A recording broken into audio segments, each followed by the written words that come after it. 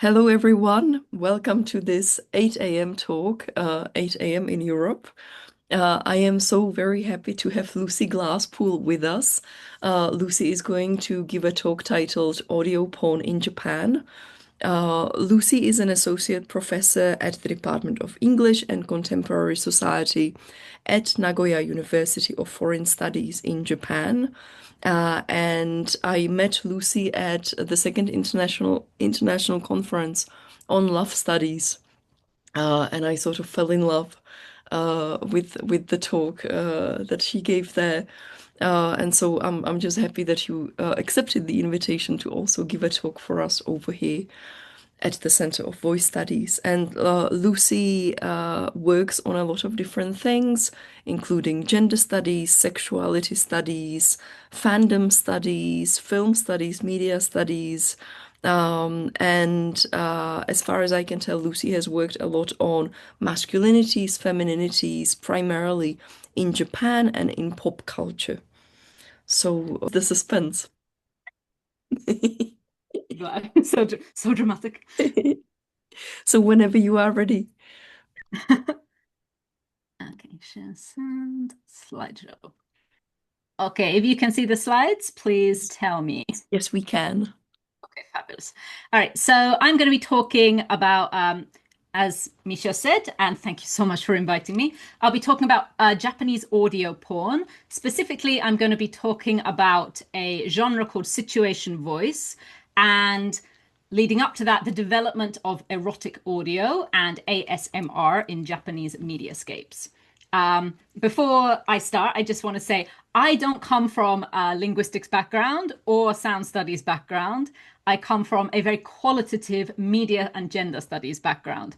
So I'm very interested in like suggestions for how to kind of measure voice quality and so on, more, well, measurably, I guess. So I'll just do a quick introduction and then I'll just do an overview of the technologies of sound and how they connect with erotica in Japanese media history, and how we got from general erotic voices to this situation voice, which is so connected to, well, particular image of ASMR. Okay, so there's been quite a lot of scholarship on the impact of new technology like streaming on audiovisual porn in various countries. But there hasn't been much attention to developments in audio erotica. There's a couple of studies in Japan, Sweden, and USA, but I don't know many others. Even though like audio, like voice porn production and online use increased a lot during COVID-19. And in particular, this lack of research in Japan is quite surprising because there's a lot of media attention paid to voices in general. In particular, the voice actor celebrity culture, like voice actors for anime and video games, is a huge industry in Japan, and there's a lot of research about it. But there's not much on erotic voices, even though there's a lot of historical intersections among technology, voices, and erotica. So I've been looking at the development of online erotic voices, and I'm taking an affective digital gender studies approach, focusing on the ways in which digital technology make human bodies feel, act, and move through interaction with other bodies and media networks, to qualitatively analyze listener gratifications in particular. So I'm looking at how listeners articulate their pleasure in the voice, rather than the linguistic content, narrative structure, or measurable voice qualities so far. And yes, so I'm looking at this digital audio genre, situation voice, and the main characteristic of situation voice is that the speaker is talking directly to the online listener, and as if you are partners in a reciprocal, intimate fictional scenario. So before I talk about situation voice, I'll just give an overview of how mediated erotic voices developed in Japan. Okay, so for most of history, erotic voice performance in Japan has had connections with many other types of media.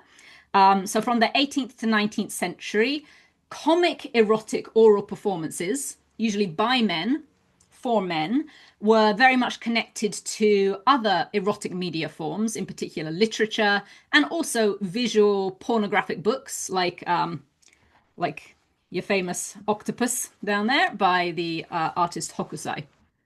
Um, and this legacy of transmedia continued when Japan opened to the West in the 19th century, which brought rapid technological developments. Um, and the possibilities and threats of these new technologies were unavoidable and unavoidably connected to the traditional oral performance genres. And this overlap of media forms became more pronounced during the growth of Japan's what is called their media mix strategy from the 1960s, the post-war period onward, and the introduction of erotic voices to anime-related fan cultures, which brought the first erotic voices specifically aimed at a female audience. Um, and so this interplay of written and visual media with erotic voices endures on today's digital platforms. So, beginning of mediated erotic voices was around the early 20th century with a particular storytelling art called rakugo. And this is a picture here of a rakugo performer who they use very simple props and have a musician next to them, and they tell funny stories to men. You might get some geisha in there serving them, but basically they tell stories to men. And they have one subgenre, which is comic erotic stories called ensho, which means like sexy plus laugh is the character's rakugo. And these were instrumental in bridging the gap between live, like physically co-present performance, and mediated performance. So you could say they were the first somewhat erotic voices. So the phonograph came to Japan in 1879, and quite quickly, early recordings started to record rakugo performers. And rakugo became very big on phonographs and then records. Ensho rakugo, again, male artists, stories for male entertainment. It was originally performed at private parties because it's not the kind of thing that you wanted to say in public. It's too obscene. But these short playing records started to be made, and they certainly exist from the 1930s. That's the earliest I've found is 1932. They quickly became subject to state censorship for obscenity, and they were banned quite often. And this is one notable example. His name is Yanigaya Mikimatsu. He was a very successful kind of, oh, hang on. Where's my PowerPoint? Okay, yeah, he did comic monologues with musical accompaniment between the 1930s and the 1960s. He also holds the record for being banned the most in the post-war period. His records were banned 31 times. Again, for lewdness. And writing about him, people wrote that he was known for his female voice impersonations, and he did dialogues between his male voice and his female voice, like couple dialogues. And it was said that he made erotic comic records. Writing about erotic comic records, in 1952, Masaoka said that he couldn't believe that anybody would make this type of record. He couldn't believe they existed. He said, even if any such recording does exist, it's not like a secret erotic book. It emits sound. So it's unlikely that anyone would dare to play it casually.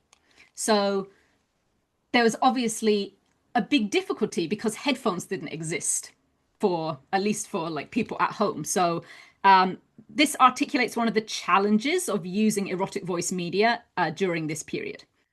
But he did actually make many, many records.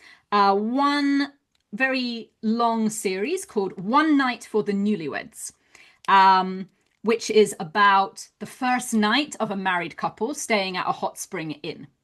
And it's about their conversation, and then at the end, they go to bed.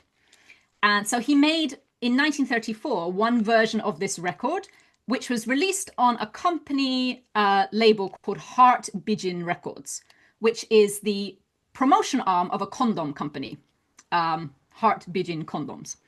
And so in the story, he tells it, and then when the husband suggests to his bride that they go to bed, he then asks the inn staff to purchase Hart Bijin for him. And the inn staff is very surprised and says, "Oh, yes, of course, sir." I'll play you a tiny clip of it so you can hear what this... It doesn't sound erotic at all, so it's more the words that were sexy than the tone. いい感じだね。全くですわね。 I can't hear anything. Can you hear 遅い anything? から今晩はもうここで寝よ Oh, you can. う。 Oh, great. I can't 寝 hear ましょ anything. うか。女中さん、ちょっと Okay. 紙と鉛筆出してくれた So の。 this was これを banned 買ってくれ。 immediately, almost as soon as it ハ was ート released. ビビン。 But かしこまりまし yeah, た。 this kind of rakugo, we can still hear it in digital form today. They still do it on YouTube. There are still CDs you can buy. And the recorded rakugo indicates the weight of the voice on the success of performance. When they're on stage, rakugo artists are using gestures, expressions, props, and so on. But in a recording, the prompter of affect, whether the affect is laughter or arousal, it has to be the mediated voice. So these were the original beginning of erotic voices in Japan.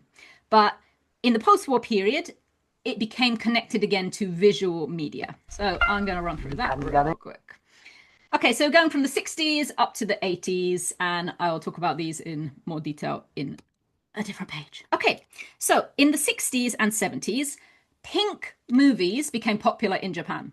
So in the West, we have like blue movies, like softcore porn movies. In Japan, it's pink movies. I don't know why. I don't want to ask.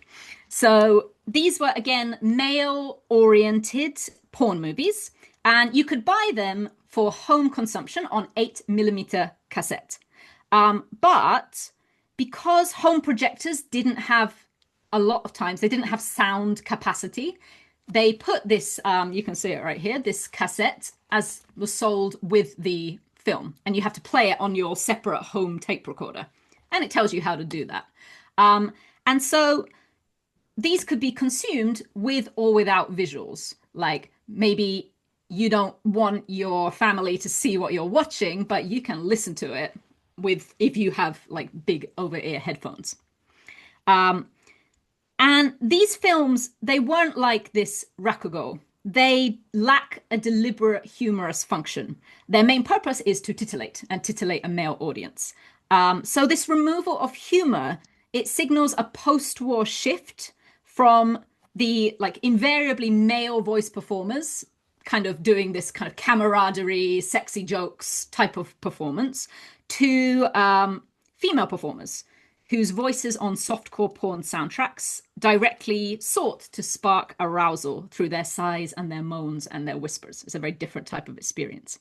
And it was women's voices that would become the primary oral metonym for the object of desire, like either the actor, the actress, or her character.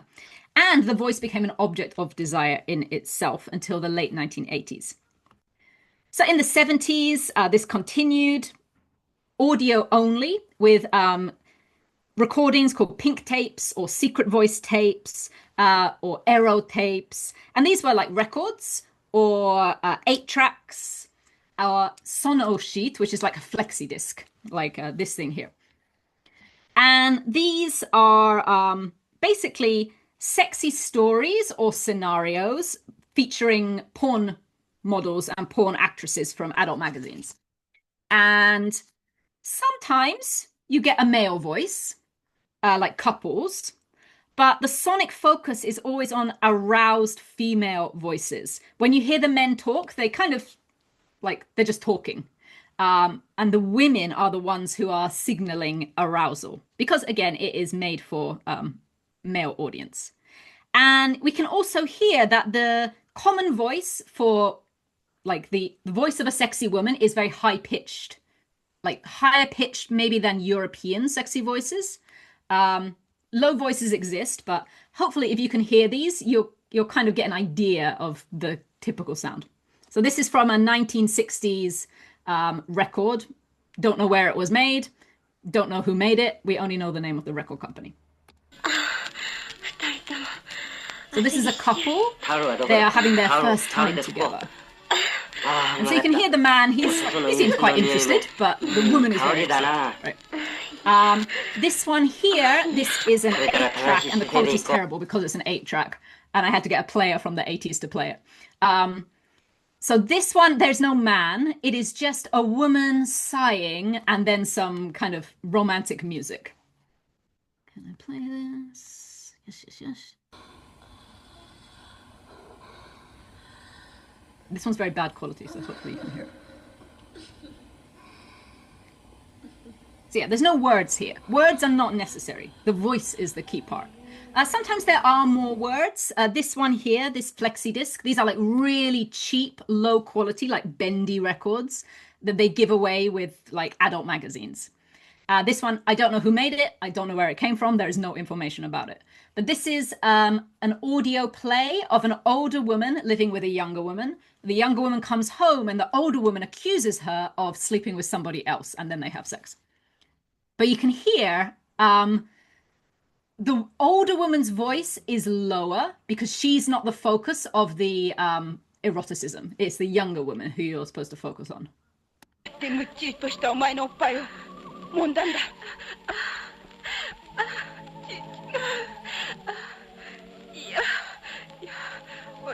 can't hear it, but you get the idea.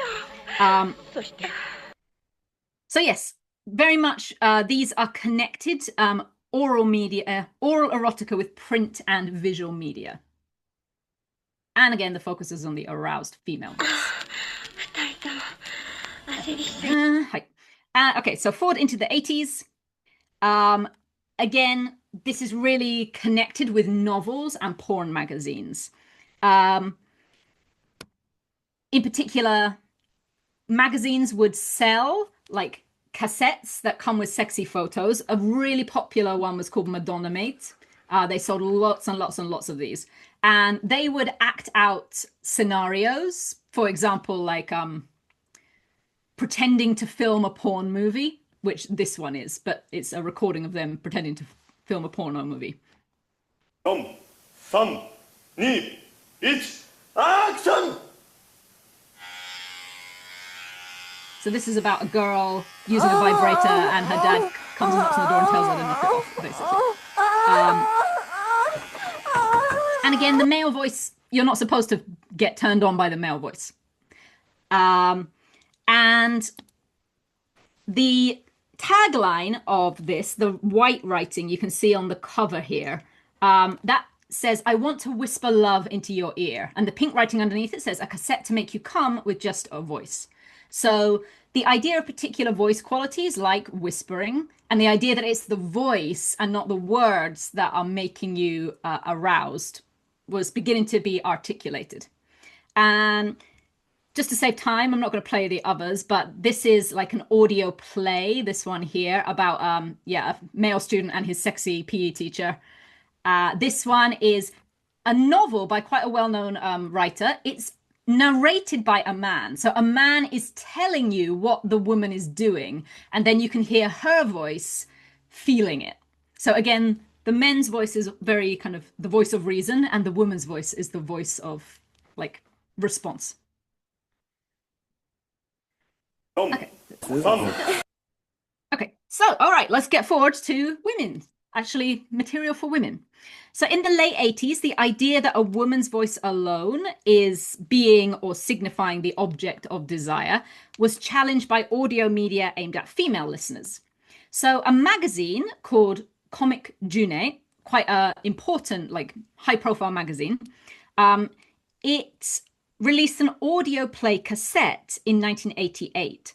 And June is a magazine especially for like comics and novels about romantic and erotic narratives between two men. These days, it's a really big genre in Japan. It's called boys' love, or BL.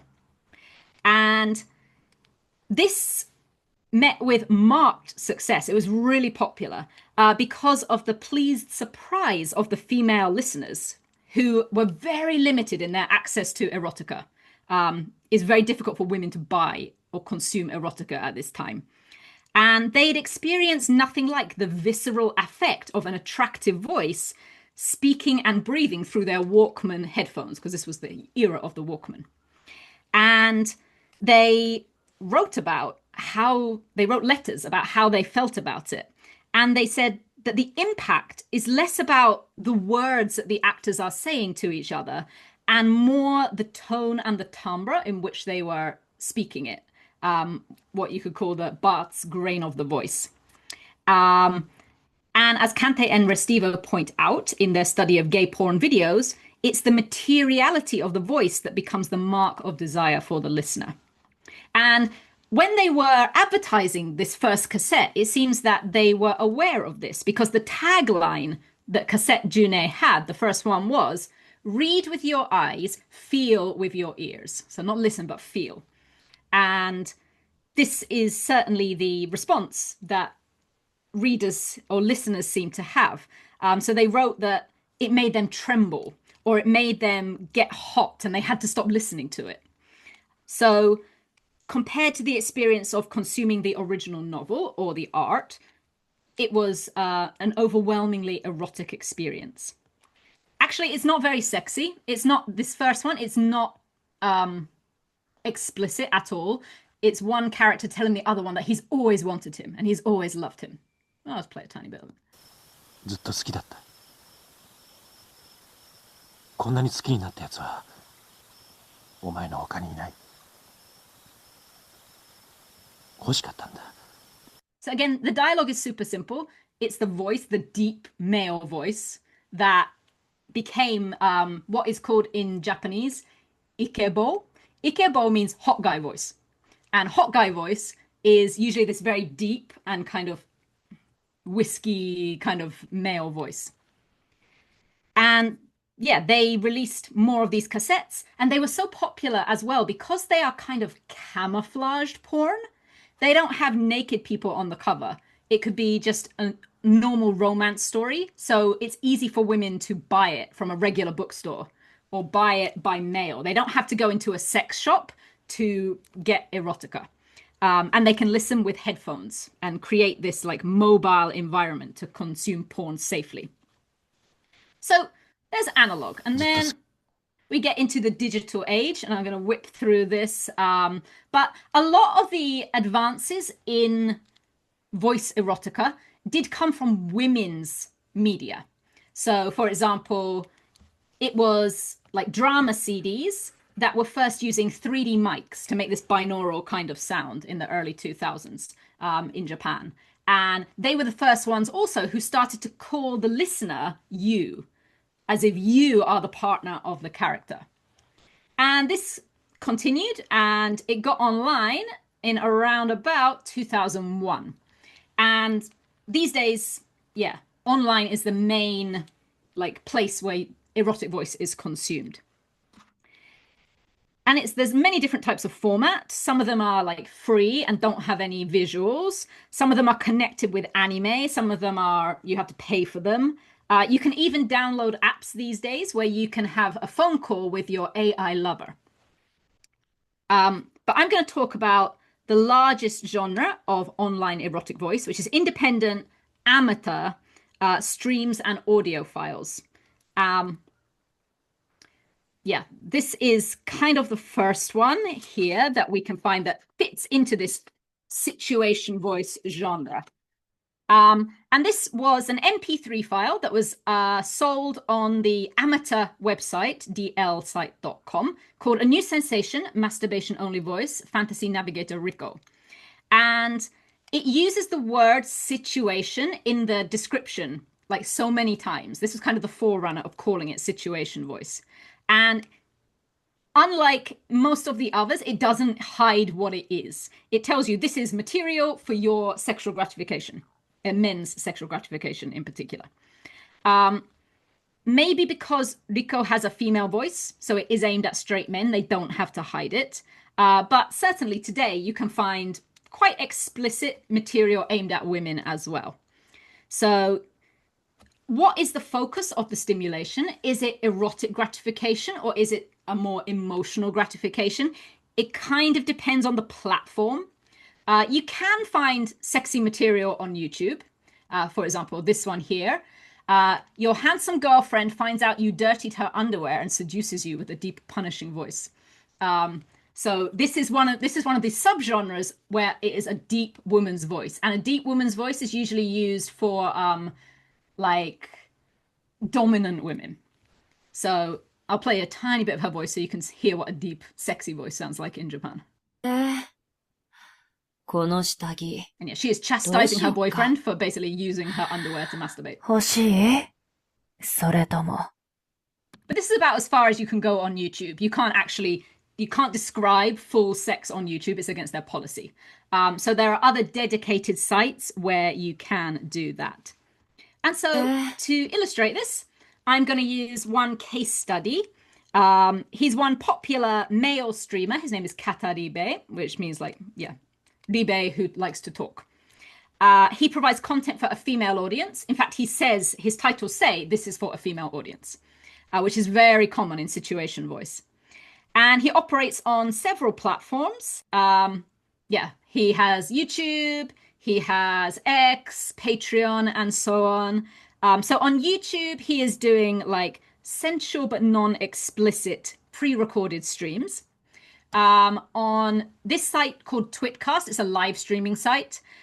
He does most nights up to 4 hours every night of live streaming. Yeah. And again, some of it is like the scenario, and some of it is him singing anime songs, and some of it is him encouraging his followers to like give him gifts and stuff like that. So it's very commodified. If you pay more, if you subscribe to a higher subscription level, you get more access to him. Then he has this here is called Fantia, and Fantia is where you can put sexually explicit content. So here he puts MP3 files that you can download, and you can also download the PDF of his scripts. And yeah, he has Patreon, X, and so on. So these platforms, because of the regulations, they do offer different types of gratification, but most of these gratifications do fall within experiences of what Jocelyn Anderson, who writes about YouTube, ASMR, calls distant or mediated intimacy. And Emma Waldron says that by digital technology that allows for the perfect storm of amplified oral, visual, and haptic stimulation.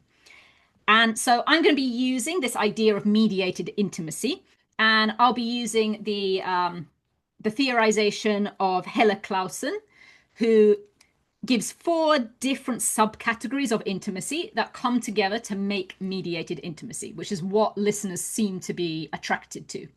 So there's spatial intimacy, which is feelings of proximity and physical intimacy, like being close to the speaker. And again, headphones and 3D mics really promote this, as does voice materiality and the physical vibrations.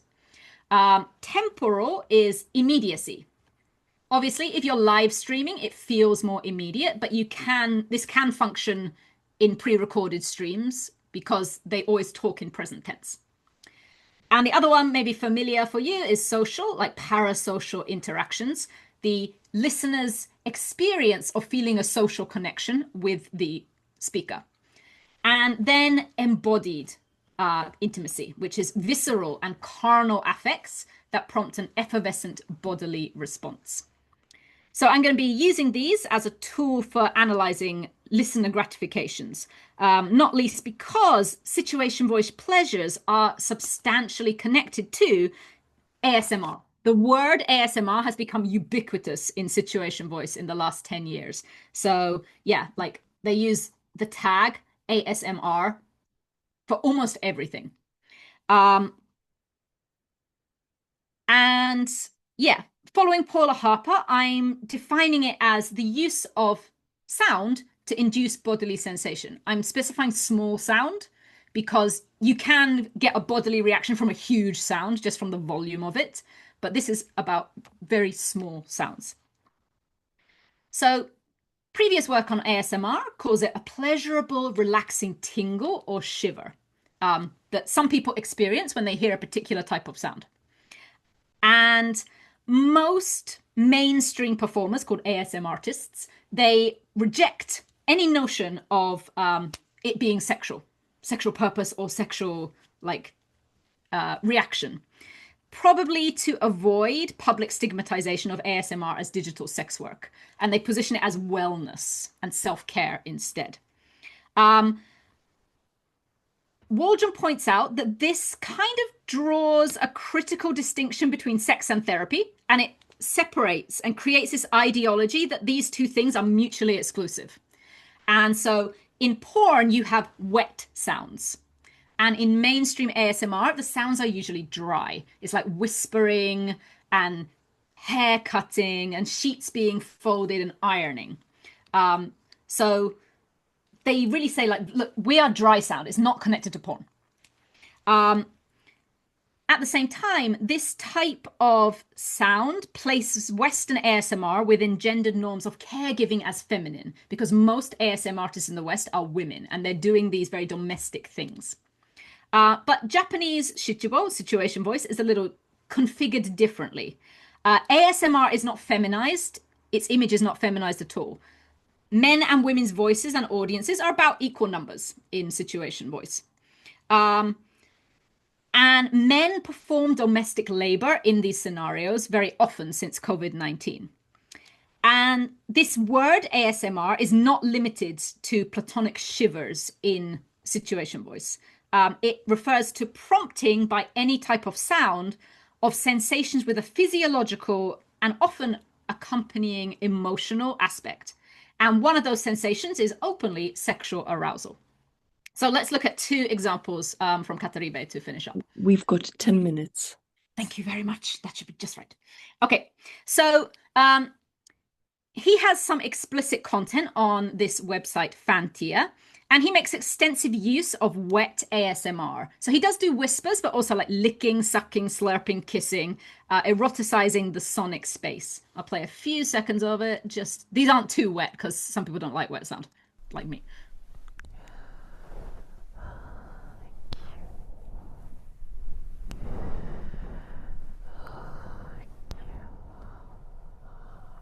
Yeah, hopefully you can hear it. You're supposed to listen to it with headphones. They tell you to listen with headphones to get the full whammy of it. And many situation voice artists also use Foley techniques. Like they use like wet slime to make like aroused orifice noises that you can't make with your mouth. So these are effective sounds, but they are not prompting this relaxation experience of mainstream ASMR. It's quite the opposite. It's an arousal experience. So this stream this comes from is called, he says, go ahead and sleep, but keeps thrusting deep from behind. This sweetly sadistic boyfriend won't let you rest. So this is not about resting. And there's 77 comments on his Fantia page here, and only 12 of them talk about relaxation, comfort, or sleepiness. But 61 talk about arousal, embodied intimacy as arousal, including being able to sleep in the best way. So here's a couple of examples of comments here. So, my heart's pounding and I can't sleep. I'm shuddering with excitement at your sexy, sadistic voice. Or my heart's throbbing and my body's growing soft. And this one is kind of embodied intimacy and social intimacy at the same time.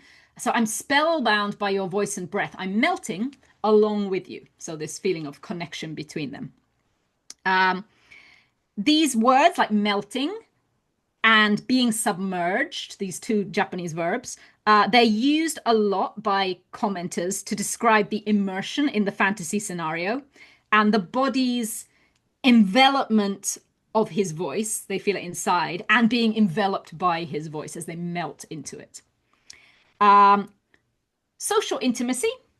Yeah, I love the way you laughed. I laughed along with you. And again, it's not really about what he's saying, it's the way that he laughs, the quality of his enunciation. Spatial intimacy, again, proximity and immersion. I'm so happy I can be beside you. And then this one at the end here articulates the sense of the interiority of his voice clearly. The way your voice and breathing came right through my right ear. It felt like it was pressing in from the back of my head. It's so real, it was overwhelming. This type of sensation is facilitated by binaural mics and over-ear headphones. They're like really key to feeling this. So Jacob Kingsbury Downs says they can make listeners feel the sound both outside and within themselves, filling the intimate spaces inside their bodies with vibrations that penetrate the ear and resonate within. And there's a little bit of temporal intimacy. So sometimes they write in the past tense, sometimes they write in the present tense as they're listening. But in Japanese, they often just drop the tense completely. So for example, this one says, listening to your teasing voice, I was or I am impatient and squirming. So usually the verb will come here and it will signal if it is a past tense or present tense, but they just leave it off. Maybe to signal their flustered state, and it creates this impression of timelessness that the present tense of the recording also conveys. So these intimacies combine to provide an embodied and sexually exciting experience that includes physiological and emotional closeness. And then finally, non-explicit. They do the same thing. So this is kind of marketed more as self-care, and you can find it on YouTube. It's more a romantic fantasy of domestic sensuality. So Waldron argues that non-explicit ASMR can also be erotic. And she says that the entanglement of people, technologies, and space mobilizes bodies into pleasurable, intimate, and caring proximity. That if they're not sexual, they are still erotic in a way. And so Rim Lee, who's talking about South Korean caring boyfriend ASMR, also talks about the eroticism of everyday haptic encounters. You don't need nudity or genital interaction to be intimate. And this prompts the experiences of relaxation and general well-being. So this one here, it says, fall asleep to the sound of your super sweet live-in boyfriend doing housework. And it says specifically, it is meant to be a sleep aid. So in this one, you are his hard-working, tired from work girlfriend. And you've come home and he tells you to go to sleep. And you lie down and sleep on the sofa. And then for the next 30 minutes, it is him doing the washing up and taking out the bins. And he comes over and checks on you. He says a couple of words like, oh, you're asleep? Okay. And then he just carries on doing the housework, humming. You can hear his socked feet going across the tatami. And then at the end, he says, oh, let's go to bed. And they go to bed. And the sound goes from dry into kind of a little bit wet because he's kissing you at the end. I'm not going to play that because we don't have time. But yeah, it's there. So yeah, blah, blah, blah. So this lack of talking, so there's sounds like humming and like breathing, but the lack of talking is considered desirable in ASMR because audio texts are valued not as messages to be understood or interpreted, but by their ability to elicit particular affective and somatic outputs. But nevertheless, his performance is evoking the same four intimacies for his listeners. But this time, the affective gratification they feel is not arousal, it is comfort and relaxation because the sounds are dry. So the embodied intimacy is connected to ability to sleep. Out of 100 comments, 66 people say, I feel sleepy, I can go to sleep, or I did go to sleep. So the affect is softened into this emotion-touched feeling of comfort. I'm not going to play that. Okay, yeah. So, for example, C says, I must have been feeling a little fragile. It was so warm and comforting. I ended up in tears. There's an emotional component, but also like the comfort feeling. X says, the sounds of daily life calm me down. And the other one says, your humming makes me feel comforted and secure. I'm getting sleepy. This hum seems to be really popular. At least 20 people said the hum did something for them, something positive. Many people use the word iashi. It means healing or soothing. So yeah, they write like, my heart is calm and I feel healed, or it's your humming is healing music. It's only at the end when it turns wet that a couple of people talk about arousal. So one of them says like, oh, my heart went badump. And another one says, oh, I feel so flustered right now. So the type of sound, but also the intentionality, the fact that it's called a sleep aid and the listeners are trying to go to sleep. This transforms the reactions to his affective soundscapes in different ways. And then we have spatial intimacy. It was so immersive and realistic. It felt like you were right there next to me. I could actually feel the soft poof of freshly folded laundry being set down. It took me by surprise. Or your footsteps and humming make me feel near you. So this is very similar to other types. There's not really a lot of anything to signal temporal intimacy in this. People write much more in the past tense, maybe because they've fallen asleep and they're writing their comment later. But the point is, words are kind of unimportant in situation voice. The voice quality and non-verbal sounds like breathing, humming, kissing, that's what creates mediated intimacy. And on the specialist websites for this type of content, the tags are often not about the content of it, like it's lesbian or gay. They do have this, but a lot of it is about what type of sound can you hear. So this one is like low voice. This one is a vulgar voice. This one is out of control voice. This one is a high-pitched voice. This one is blowjob sounds. So it's not really important what is being said, is the point. All right, so just to finish up, we can say that ASMR actually exists along a continuum of affect, in Japan at least, from emotional, sensual, explicitly aroused reactions. It really depends on many factors. For example, the construction of the sonic scenario, the technology that's being employed, like, is it a good quality binaural microphone? Is there a good Wi-Fi connection when you're listening? Are the headphones working? But also the intentionality of speaker and listener and the bodies that are involved, because not everybody responds to ASMR and they don't respond in the same way. So like these wet sounds, like the explicit sounds, I react to them quite physically. They make me want to be sick. So this is not the type of sound, like affect. It's an affect, but it's not the one that's supposed to happen. So it's very, very subjective experience. And we could say that it doesn't mean just because it's erotic, it should be barred from wellness discourse, as many ASM artists say, because solo sexual gratification is, you could say, it is self-care. And at the same time, it's challenging this normative discourse that care and affective labor are women's work, because male voices fill these roles to great effect. And also, shichibo is it's not part of a gift economy. It's very much embedded in commodified algorithms, social media, and so on. And many shichibo, they're using the word ASMR to position it within wellness discourse on purpose, because you can make money from it. Also porn, also anime. There's many markets that they can appeal to. So finally, in the end, whether it's explicit or commodified or free or not, an effective analysis of situation voice and other erotic voices helps us to explore porn culture in novel ways, not as a fetishistic image or a linguistic text to be decoded, but a set of embodied experiences and a space constructed by and awash with physical and moving, all kinds of moving, vibrations, facilitated by the confluence of body and technology.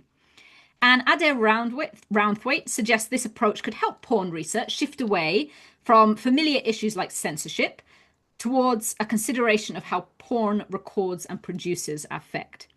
So we could say that the real usefulness of mediated erotic voice research could rather lie in its suitability as a vehicle for digital gender research within sound studies.